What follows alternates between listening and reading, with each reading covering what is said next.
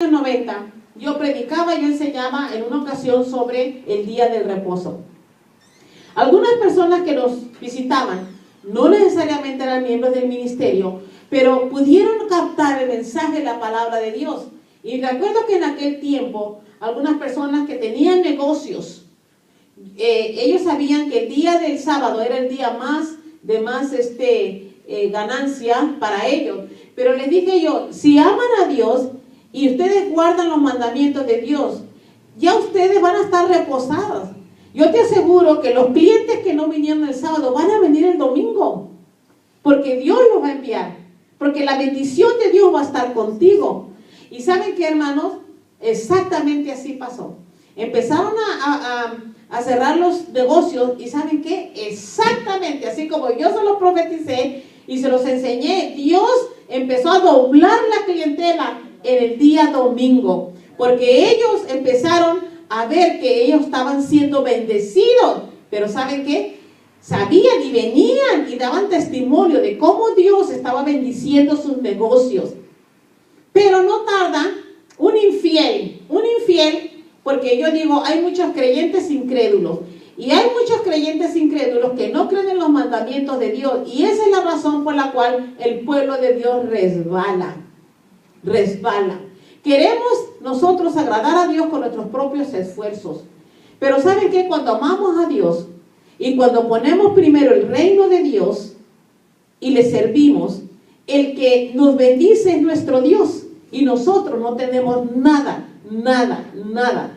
de necesidad. Dios lo suple toditito. La palabra del Señor es bien clara. Vamos a leerla otra vez por segunda vez.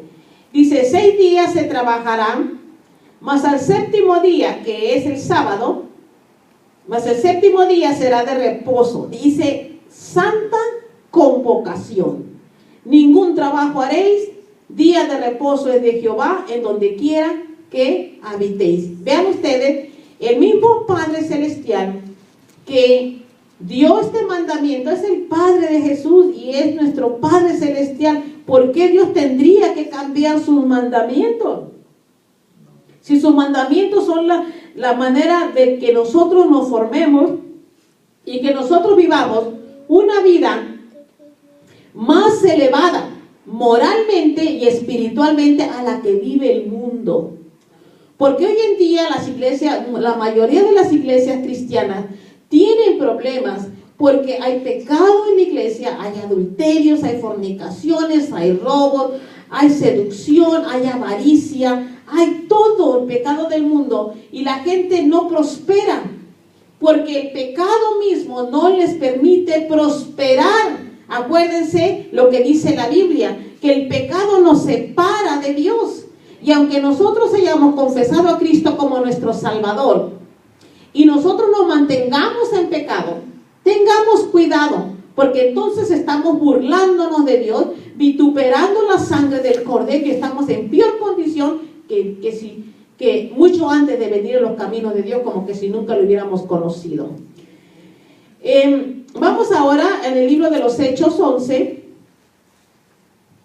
¿verdad? Y un concepto equivalente, una congregación de discípulos congregados para aprender la palabra de Dios, practicada por los cristianos primitivos. Vean ustedes, esta es la iglesia primitiva. Esto es lo que hacía la iglesia primitiva y lo podemos encontrar en el libro de los Hechos 11, 26. Y dice la palabra del Señor así: y se congregaron allí todo un año con la iglesia y enseñaron a mucha gente, y a los discípulos que se les llamó cristianos por primera vez en Antioquía. Vean ustedes que en aquel tiempo el estudio de la palabra de Dios tomaba prioridad el conocer a Dios a través de las escrituras, no solamente venir y predicar y bailar y esto, sino que eran gente de conocimiento bíblico. Aquí estaba la gente dando testimonio. Acuérdense que habían recibido el poder de Dios y enseguida venía la enseñanza de la palabra de Dios. Oigan, qué hermosa iglesia. Qué hermosa iglesia. Niños niños y jóvenes y adultos gozaban de la misma enseñanza. Hoy en día las iglesias están divididas. Le dan una enseñanza a los padres, les dan otra enseñanza a los jóvenes y otra enseñanza a los más niños. Y hermanos, aún la fe está dividida en las casas, porque si nosotros enseñamos a amar a Dios y a respetarlo, también nuestros hijos tienen que ser enseñados a amar a Dios y a respetarlo, basado en la palabra de Dios, no en las cosas que una persona que no conoce los vaya a orientar y para qué crea más confusión dentro de la propia iglesia y la juventud. La iglesia, entonces, es compuesta de discípulos o estudiantes de Jesucristo, quienes se reúnen para recibir la instrucción de Dios a través de la palabra. Hermanos, no soy maestra yo bíblica. Yo no tengo ese llamado de ser maestra de la palabra de Dios. Yo solamente soy una mujer de oración. Y en mi momento de oración, en mi momento de intimidad, cuando yo leo la palabra de Dios, el mismo Espíritu de Dios me va enseñando la palabra de Dios, cómo no solamente interpretarla, cómo comprenderla y cómo yo la puedo sembrar dentro de mi corazón. Eso se debe a través de la oración. Soy una mujer de oración. Vuelvo a repetir, yo no soy una maestra, solamente una persona que ama a Dios, ama su palabra. Creo que su palabra es poder, es autoridad en el cielo, en la tierra y debajo de la tierra, la palabra de Dios. Y creo que nunca podremos tener demasiada palabra de Dios, porque yo todo el tiempo, aún a mi edad y 27 años de servicio al Señor, todavía tengo hambre de la palabra de Dios. Y cada día Dios me enseña algo nuevo. Cuando yo tomo la palabra de Dios, yo sé que es Él quien me está hablando. Jamás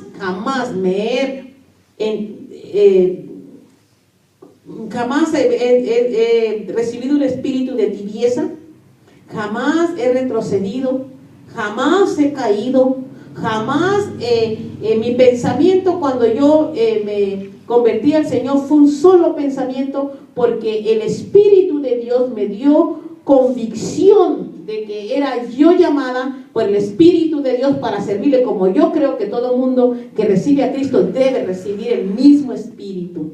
No en el nivel posiblemente algo más alto, posiblemente algo más bajo, pero lo que hayamos recibido de parte de Dios, usarlo para la gloria de Dios, y no nos quedaremos cortos de las bendiciones de Dios.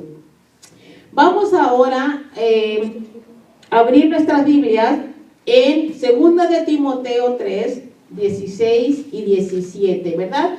Y aquí nos explica que la Biblia es el libro de estudio para estos estudiantes de Cristo, o sea, los discípulos de Cristo. 2 de Timoteo, capítulo 3, versículos 16 y 17.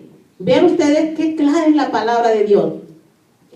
Toda la escritura es inspirada por Dios y útil para enseñar, para redarguir, para corregir, para instruir en justicia. Oigan, y tiene un propósito. Vean el 17, que me parece un versículo perfecto. A fin de que el hombre de Dios sea perfecto, enteramente preparado para toda buena obra.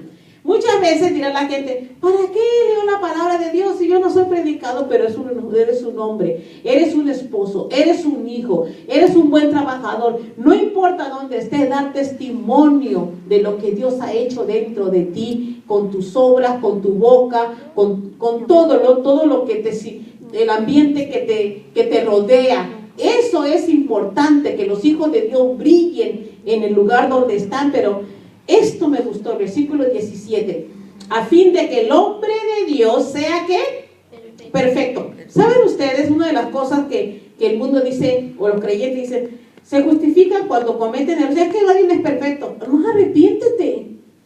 ¿Sabes? Yo no te voy a juzgar por lo que tú haces. La verdad es que tú tienes que arrepentirte, porque estás usando una excusa tan tonta, ¿verdad? Que porque no eres perfecto. pero tienes la palabra de Dios, y la palabra de Dios te puede ser perfecto. Aquí la palabra de Dios lo dice. Sí podemos llegar a la perfección según el Señor. ¿Qué es lo que nos hace perfectos? Es el entendimiento de la palabra de Dios y ponerla por obra. No, vuelvo a repetir, no digo yo que vas a ser una gran mujer ni un gran hombre, pero sí puedes ser una buena madre, una buena esposa, un buen esposo, una buena hija, porque ¿sabes por qué? Porque la palabra de Dios está obrando en tu vida para cosa buena. Vamos ahora a abrir la Biblia bueno, no me quisiera salir de aquí, déjame ver. Vamos a solamente a leer Romanos 10. En el libro de los Romanos 10, 14 y 15, ¿sí? ¿Verdad? Los maestros son ancianos de Jesucristo, quienes predican la palabra de Dios. Vean ustedes, Romanos 10, versículos 14 y 15. ¿Cómo pues invocarán a aquel en el cual no han creído? ¿Y cómo creerán en aquel de quien no han oído? ¿Y cómo oirán sin haber quien les predique? ¿Y cómo predicarán si no fueren enviados? Como está escrito: cuán hermosos son los pies de los que anuncian la paz, de los que anuncian buenas nuevas. Qué tremendo la palabra de Dios, hermano. Por ejemplo, hermano Moisés, que apenas anda ahorita en su primer amor, ¿verdad? Él está experimentando cosas nuevas, ¿no es cierto? En usted, cosas que antes usted no había experimentado antes. Ahora sabe que hay algo de diferencia en su vida, hay fortaleza, ¿no es cierto, hermano? Hay gozo. Usted sabe que algo espiritual, tiene que haber sido espiritual, está pasando en su vida hoy, ¿no es cierto? Cuando usted testifique, solamente diga lo que Dios ha hecho hasta este día. No espere usted a saber toda la Biblia, sino diga: esto, así era yo antes, este era mi problema y ahora estoy acá. Porque ese testimonio, quiera usted o no, es un mensaje tan poderoso para aquellos que no han oído todavía la palabra de Dios. Y sin querer nos volvemos predicadores. Sin querer nos volvemos, ¿por qué? Porque somos testigos fieles, porque hemos experimentado algo nuevo en nuestro ser, empezando desde adentro hacia afuera, y de eso hablamos. Y a eso Dios dice testificar de su poder. Regresemos ahora al 2 de Timoteo 2, ¿verdad? Y a los líderes y a los maestros, hermanos, Dios los hace responsables de discernir correctamente la palabra de Dios. Por eso, hermano, es muy importante para mí como maestra, que no digo que soy maestra, como pastora, como líder, como ministra, como su amiga en Cristo, como su hermana en Cristo. Yo la verdad no me importan mucho los títulos. Ustedes, los que me conocen, saben que a mí los títulos, si me puede llamar sierva de Dios, eso es lo que quiero ser. Solamente su sierva. Solamente quiero servirle. ¿Sí? Amén. Cuando tomamos el púlpito, nosotros tengamos el temor de Dios, tengamos que nosotros estamos enfrente de una congregación para enseñar la verdad. Yo no le voy a enseñar a usted cómo vivió Michael Jackson y de dónde está Michael Jackson ahora que murió, porque así lo hacen muchos predicadores. Empiezan con la palabra de Dios y terminan con Michael Jackson, a alguien muy famoso, ¿sí? Bueno, no estoy aquí para eso, porque es más, pobre Michael Jackson, me da pena, pero ya murió y que ya Dios lo juzgó, amén. Por eso Dios nos hace responsables, y veamos la palabra del Señor en 2 de Timoteo 2:15. Vean ustedes aquí cómo Dios aprueba a los obreros, dice la Biblia, y desaprueba a los obreros. Vean lo que dice la palabra del Señor, 2 de Timoteo 2:15. Procura con diligencia presentarte a Dios aprobado, como obrero que no tiene de qué avergonzarse, que usa bien la palabra de